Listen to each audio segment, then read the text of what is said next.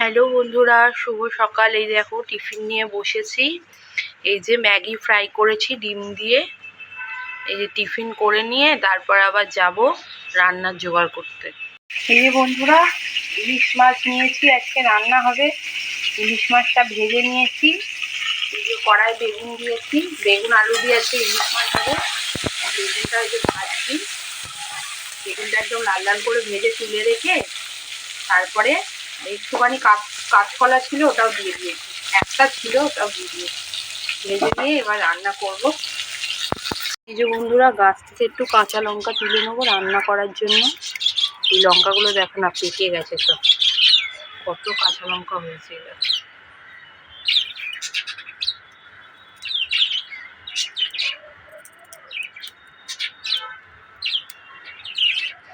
চলো, কাঁচকলা দিয়ে, আলু দিয়ে, বেগুন দিয়ে সর্ষে পোস্ত করব। কাঁচা লঙ্কা কেটে নিলাম। এই যে বন্ধুরা, তেল গরম হয়ে গেছে। এবার এর মধ্যে দিয়ে দেবো একটুখানি ফোড়নে অল্প করে কালো জিরে, আর সঙ্গে এই যে গাছ থেকে তুলে আনা ফ্রেশ কাঁচা লঙ্কা একদম। আলুগুলো দিয়ে দেবো।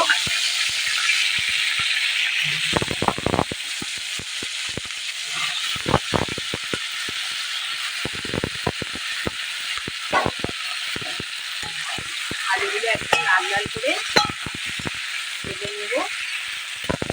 অল্প করে এর মধ্যে দিয়ে দেবো হলুদ গুঁড়ো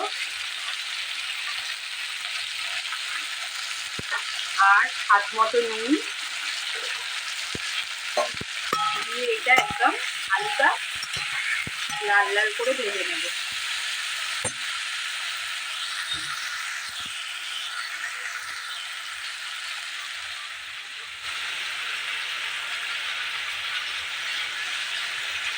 যে বন্ধুরা, আলু একদম লাল লাল হয়ে গেছে। যে সামান্য একটু জিরে বাটা দিয়ে দিলাম, ভিজে ছিল তো একটু জমে গেছে, দিয়ে দিলাম।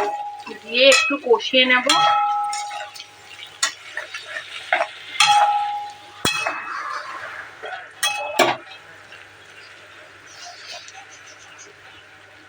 এর মধ্যেই বেগুন আর কাঁচকলাটাও দিয়ে দেবো। দিয়ে একদম ভালো করে কষিয়ে নেব।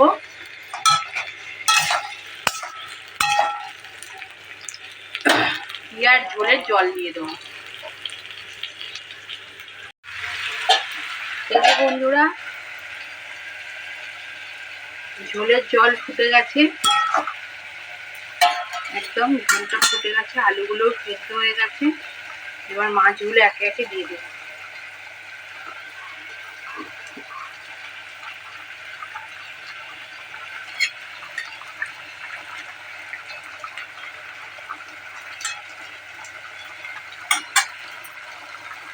দিয়ে এবার গ্যাসটা অফ করে দেবো। এই যে বন্ধুরা, রান্না হয়ে গেছে।